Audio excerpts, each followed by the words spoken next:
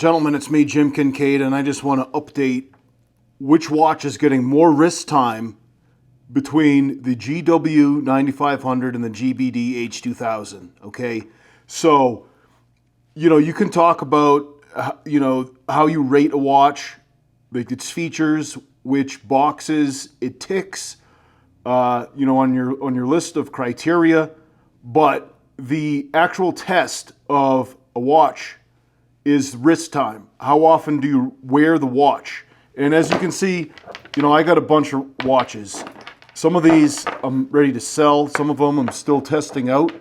But when it comes to actual wrist time, what I'm wearing when I walk out the door, it's these two watches, and they actually share wrist time. And let me give you the breakdown, okay? This is my work watch, and I work in the oil field, so it's an extreme environment in terms of what a watch will encounter. Besides impact and shock and vibration, there's also environmental hazards, diesel, motor oil, hydraulic oil, caliche, mud, oil-based mud, grease from breakfast burritos, all sorts of things. And previous to me wearing the Mudman, I was wearing the GBD-H2000, and I found this to be extremely comfortable. I enjoyed wearing this watch, and I wasn't big on the Bluetooth. I never connected this to Bluetooth.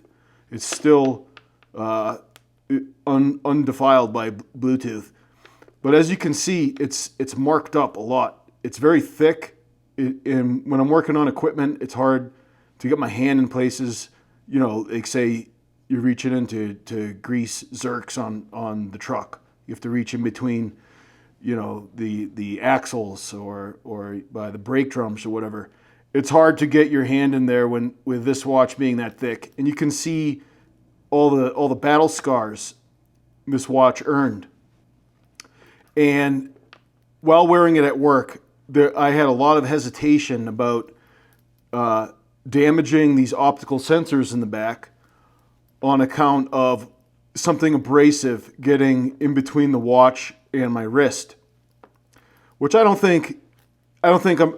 saying that this is not a rugged watch. That name right there, G-Shock, tells you that it's rugged to their standards. The problem is that this is a fitness watch, so it has to have these optical sensors on the back. And I don't think that it compromises at all its water resistance or its general ruggedness or shock absorption. But the environmental hazards, it bothered me. It was always in the back of my head that I spent $400 on a fitness watch, okay? So when I got the Mudman, I was thinking, well, this isn't nearly as comfortable. And at first, these wings, it felt like it was ripping my hair, and it was a more stifling fit. But I don't know whether it was dunking it in diesel so many times, whether I broke in the watch, or maybe I just got used to it.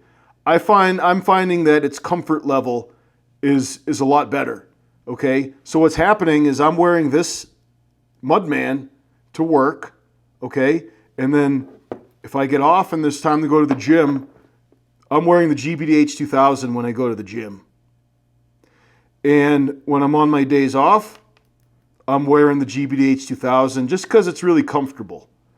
And the display is really nice, and the sweat management is great. Even if I'm doing yard work or stuff around the house, like that, like mowing the lawn or home repair, I don't have any hesitation with that. If I were to start working on the Ford at home, maybe I'd throw this on. Just because it is easier to work on a truck with a Mudman.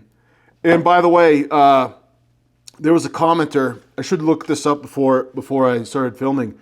He bought his dad this watch, and he said his dad's a mechanic. So I asked him, what his dad thought of it, and he said that his dad really liked it. So let me look up his name. Let me see. I'm looking at the at my app for the YouTube, and I'm scrolling down, and there, as you can imagine, there are a lot of comments. I'm getting a lot of great comments from guys chiming in, and these are fantastic comments. If you're researching either one of these watches, don't just watch my videos. Look in the comments, because you know, some guys are adding information from their perspective, maybe different than mine, and a lot of great information. Okay, A.R. Perez, all right there. He said, my father has been a diesel mechanic for over 20 years. He usually doesn't wear a watch to work. I gifted him the Mudman 9300. All right, so it wasn't this one. It was the old Mudman, and his dad loved it. But this is of the same heritage, the 9500. Either way, I'm nominating A.R. Perez for Son of the Year award for buying his dad a Mudman. That's a, you know, a noble move. So hats off to you, sir.